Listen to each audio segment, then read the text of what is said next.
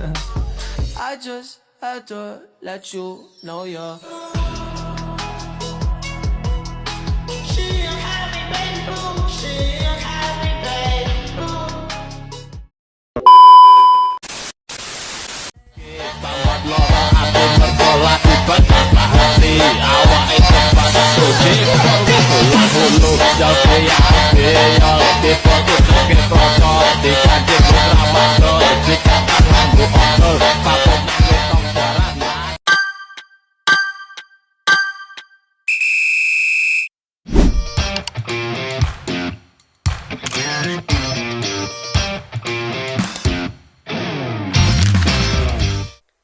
Assalamualaikum warahmatullahi wabarakatuh. Halo teman-teman semuanya, kembali lagi bersama saya Eva Rifatul Mahmudah. Di sini saya akan menjelaskan sebuah materi tentang perkembangan moral dan spiritual dalam perspektif Islam. Tapi sebelum kita membahas materi ini, coba deh kalian pikir dulu sebentar.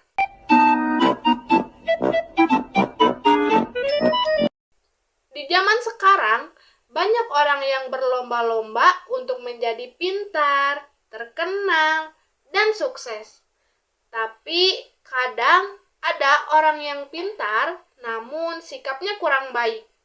Ada juga orang yang sangat religius, tapi tidak dapat menghargai orang lain. Dari situ kita sadar bahwa ilmu saja tidak cukup. Manusia juga perlu moral dan spiritual agar hidupnya lebih terarah.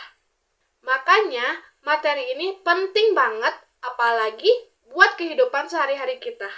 Nah, yang pertama kita akan membahas tentang perkembangan moral. Perkembangan moral adalah proses seseorang memahami mana yang benar dan mana yang salah. Nah, jadi moral itu bukan hanya teori, tapi benar-benar terlihat dari sikap kita. Misalnya nih, jujur saat berbicara, menghormati orang tua, bertanggung jawab, dan tidak menyakiti hati orang lain. Ini contoh yang paling relate sama hidup kita, yaitu ketika ujian. Nah, kadang ketika kita ujian, ada kesempatan di mana kita bisa menyontek dan tidak ketahuan sama guru. Nah, di situ moral kita diuji. Apakah kita akan memilih jujur walaupun nilainya kecil atau bahkan 0, atau memilih curang demi nilai bagus. Nah, jadi sebenarnya moral itu terbentuk dari kebiasaan kecil yang dilakukan setiap hari. Menurut Lawrence Colbert, perkembangan moral manusia itu dibagi menjadi 3 tahap. Nah, yang pertama ada tahap prakonvensional. Nah, tahap ini adalah tahap di mana seseorang berbuat baik karena takut dimarahin atau karena ingin hadiah. Biasanya, tahap ini terjadi pada anak kecil. Contohnya, anak kecil nurut sama perkataan orang tuanya karena takut dimarahin. Jadi, belum dari keinginannya sendiri. Kedua, ada tahap konvensional. Nah, tahap ini di mana seseorang mulai mengikuti aturan karena ingin diterima di lingkungan.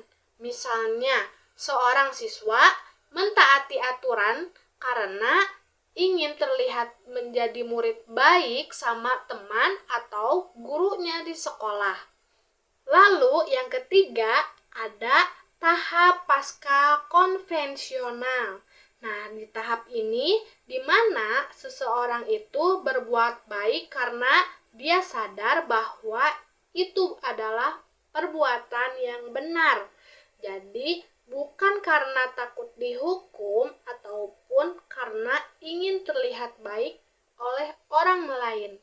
Contohnya, kita tetap menolong orang lain meskipun tidak ada yang melihatnya, atau kita tetap memasukkan uang ke kotak amal meskipun tidak ada yang melihatnya. Nah, menurut saya, tahap ini adalah tahap di mana seseorang itu terlihat benar-benar dewasa. Selanjutnya, kita masuk ke tahap pembahasan spiritual. Kalau tadi moral itu hubungannya kita sama manusia, tapi spiritual itu hubungan kita sama Allah. Nah, tapi spiritual bukan berarti kita harus kelihatan sempurna terus ya, karena spiritual itu juga soal cara kita menghadapi masalah, cara kita menenangkan hati, dan cara kita tetap kuat walaupun hidup kita lagi capek. Terkadang ada orang yang kelihatannya itu biasa aja, tapi hatinya tenang banget. Kenapa? Karena dia dekat sama Allah. Contoh spiritual sehari-hari itu sebenarnya dekat banget sama kita loh. Seperti sholat, berdoa, bersyukur, sabar, bahkan menahan emosi juga itu termasuk loh. Dan jujur ya, di zaman sekarang menjaga moral dan spiritual itu susah banget loh. Karena kita hidup di era yang semuanya itu serba cepat.